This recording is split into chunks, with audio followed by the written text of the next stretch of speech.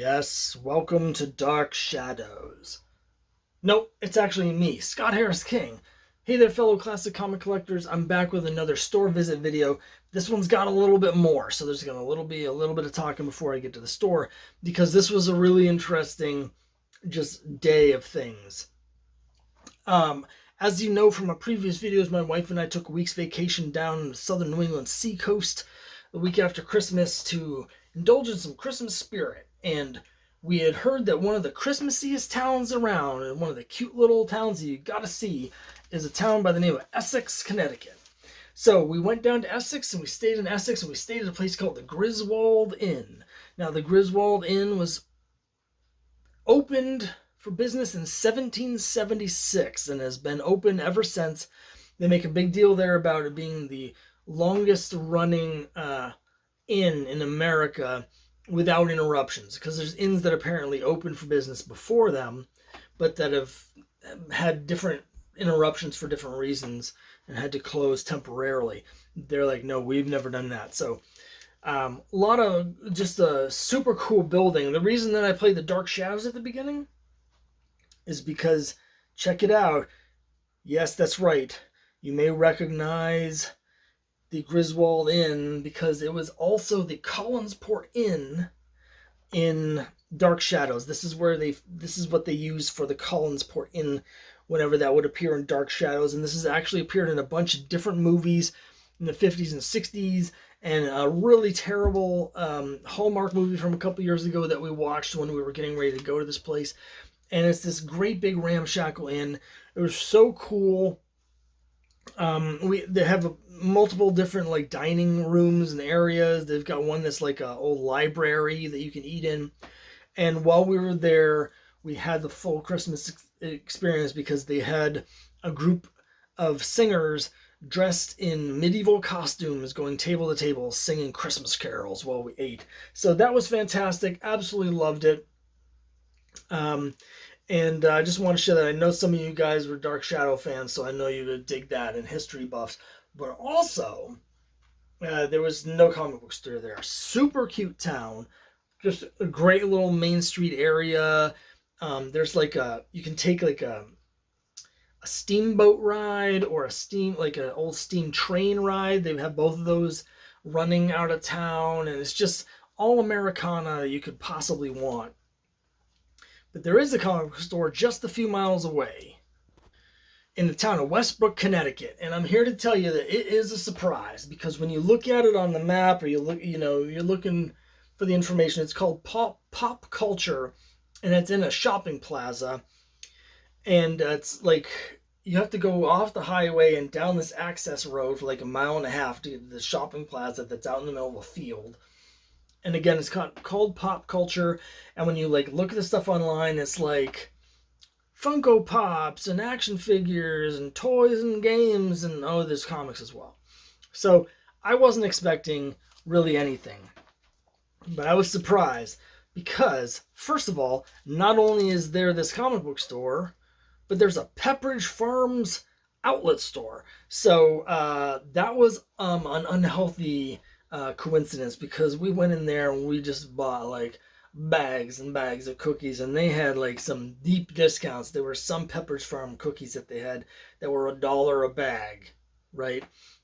And so there's just those people just walking out of there with like Santa sacks just filled with Pepperidge Farm cookies. So that's a bonus if you decide to go to this comic store. Just go on with a healthy appetite, because you're going to need it when you get to that Pepperidge Farms. But here's the big shocker. They had a lot of cool comics. In fact, I got some of my best things, maybe my coolest things on the whole trip was at this store. Now, I didn't expect a lot when we got there, and at first I didn't really see a lot. They do have wall books that are CGC'd, and they have a section of CGC books up at the register. And I looked through those, and I thought the CGC books were a little overpriced for me. They didn't really have anything that interesting. They did have a whole box of treasuries, so that was cool. A little, again, I'm a cheapskate. I'm not saying they're overpriced.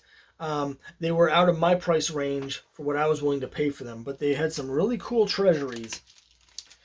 And I thought that was about it. But then my wife mentioned, hey, there's some more comics over here. And I turned around, and over in the side area, which I hadn't seen before because it was blocked by displays, was a huge section of back issues. And the back issues, one whole side was dollar boxes, and the other side was books that were priced at 5, 10, like 5, 10, 15, and 20. So that was interesting because there were books that were priced at 10 that were maybe worth more than 5, but I didn't want to pay 10 for them, right? But it didn't be so. But because they had to price them at those levels, things were either too cheap or too expensive. So what I ended up getting was a whole bunch of really cool books for $5 each, and they had some stuff. So again, I wasn't expecting much, but when I started pawing through, I started finding things, and some things I've never seen before. So let's just jump into what I bought, because I got some great stuff here. We're going to start with this, a comic I think I already have, but it's so cool that I wanted to make sure I had it, so I bought another one just in case. It's House of Secrets 154. Now, I'm not a horror expert, but I think this is the last issue of House of Secrets, and it has this great cover. I think it's a Kaluta cover. Yeah, it's a Kaluta cover. This guy riding a giant bird over the city. I've always loved this cover. Kaluta draws these like very delicate, wondrous birds, and like he did this great Pegasus cover for Adventure Comics that I absolutely love. I think this is the last issue of House of Secrets, so it's got a lot going on actually. Again, I think I have it already, but for $5, why not? Here's a book that I bought just for the cover. In my previous one, I mentioned, I showed off all of those Charlton Horror books, so that was really getting Charlton Horror in my mind, because there are some great covers there.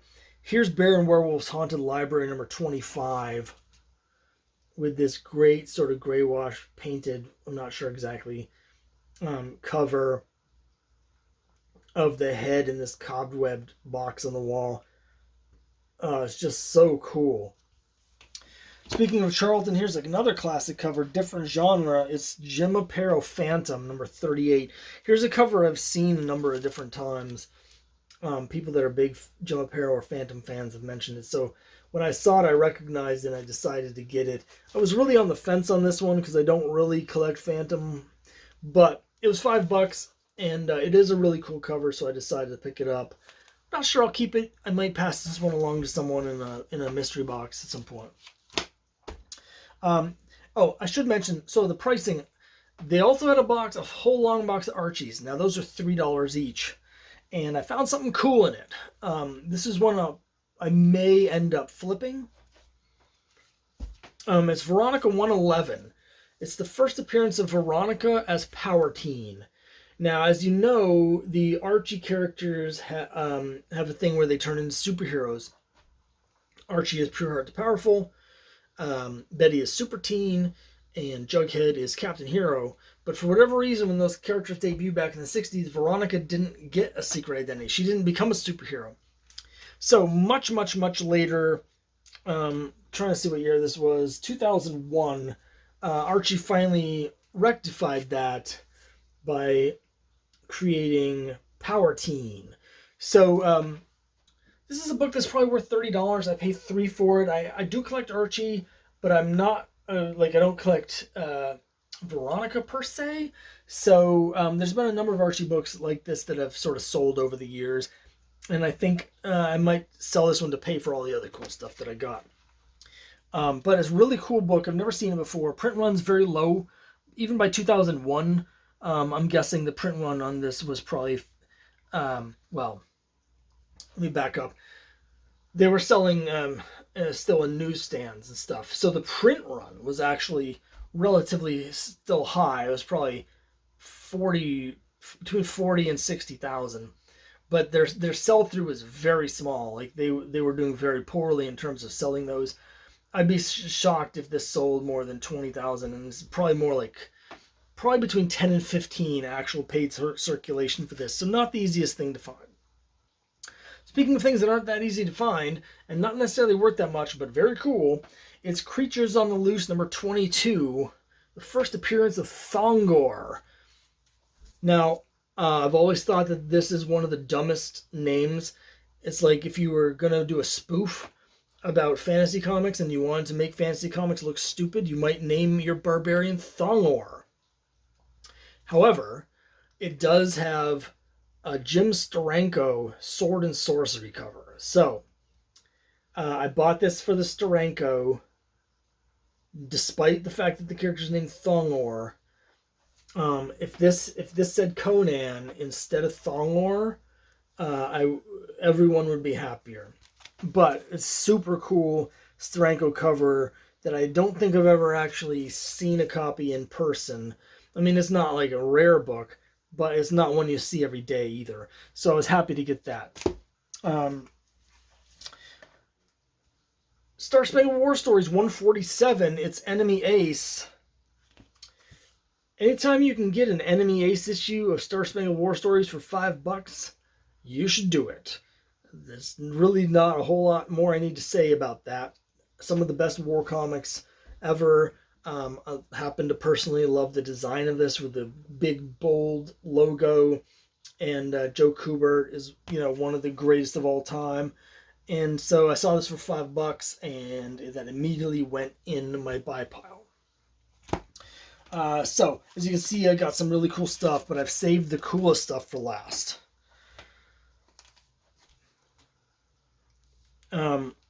It's quite low grade. The spine's split from the bottom. The bottom staple's detached, and the spine is split from the bottom staple all the way down.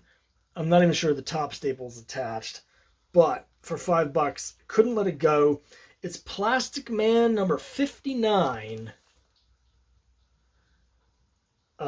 Rare quality comics postcode.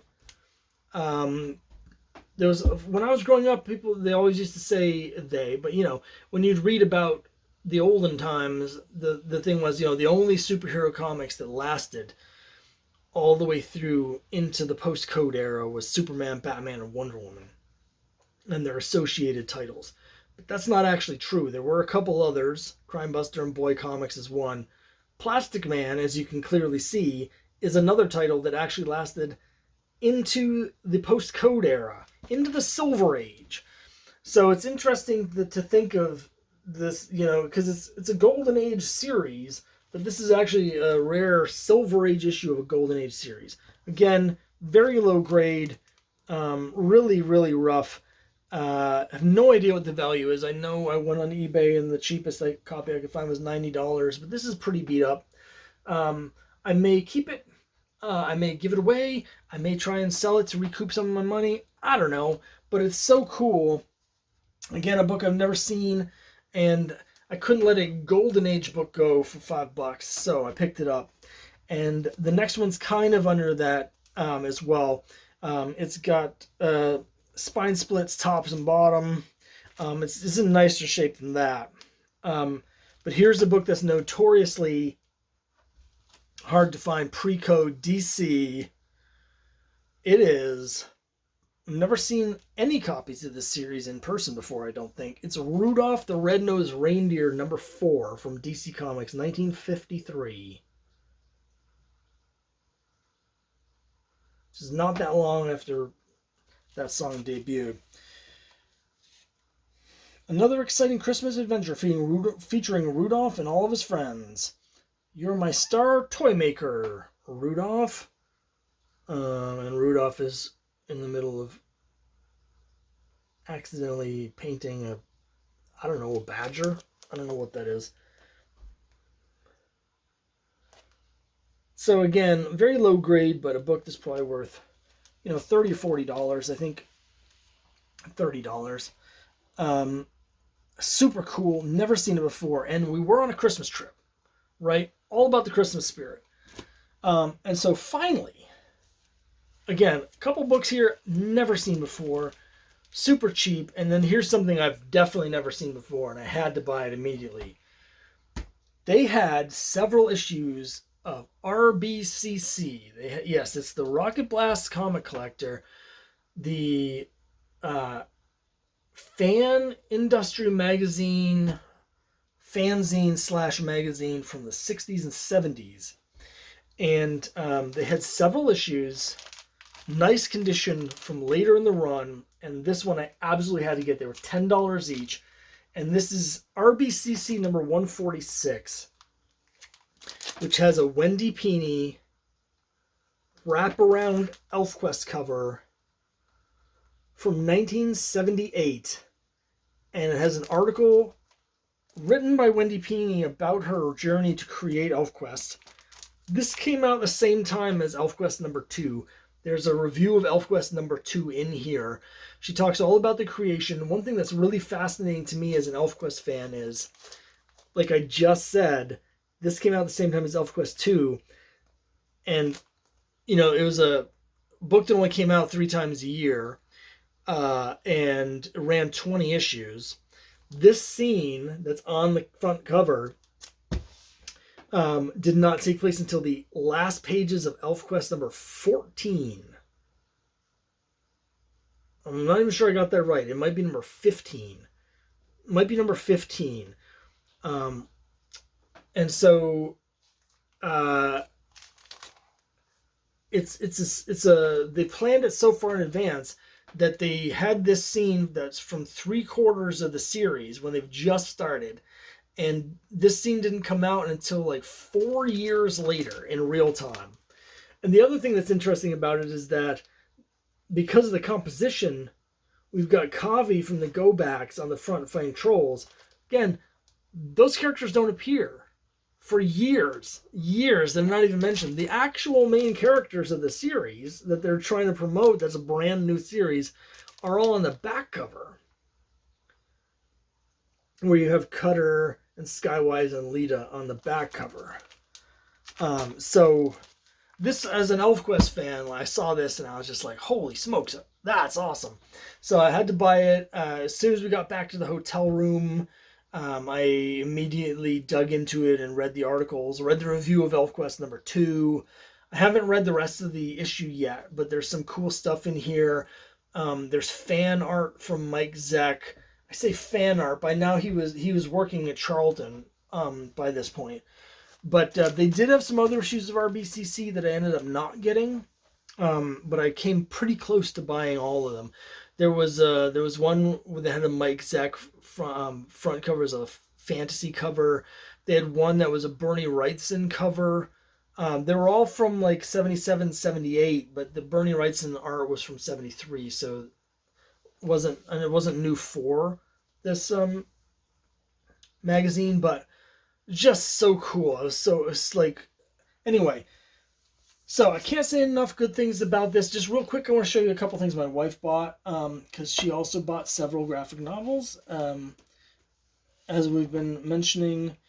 And then, so there's a World Reader Volume 1. This is from Aftershock. Now, they just went out of business, so I don't know what's going to happen with this title. Eleanor and the Egret, also Aftershock.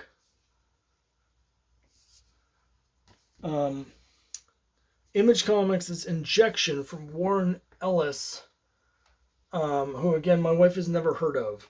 So we had a little bit of a talk about Warren Ellis. She showed it to me in the store, and I didn't want to say anything because I was like, should I say something? About the like allegations, but also like I really don't like Warren Ellis stuff. My wife has different tastes, and I don't want to ever be like, well, I don't like Brian Michael Bendis, so you shouldn't read that, because she might like this stuff. So I don't know. Anyway, she got this. She hasn't read it yet. And then there's a book called Unnatural, from Image. And I don't really know much about any of these, to be honest. But since I've been showing off the stuff she got, I also wanted to show off her haul for this video. So you can see they were having a buy one, get one free on the trades. So she was very happy for that, because we could have used that deal at some of the other stores. But anyway, as you can see, a lot of great deals here, a lot of cool books, a lot of books that I've never seen before. And, you know, the Plastic Man, the Rudolph, and the RBCC, all stuff I've never seen before.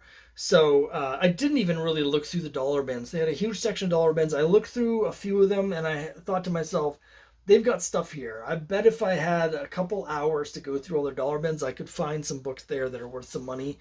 But I just didn't have time after spending all my time looking for this stuff. And we had some Christmas to do. We had some Christmas magic to experience back at the inn. So that was quite the day, from Dark Shadows to Rudolph the Red-Nosed Reindeer and the Pepperidge Farms outlet store. So all the comic stores is only about 14 minutes from downtown Essex and the Griswold Inn. So if you want to have a little bit of Americana with a cool comic store, check it out. Let me know what you think down below. I'll see you next time.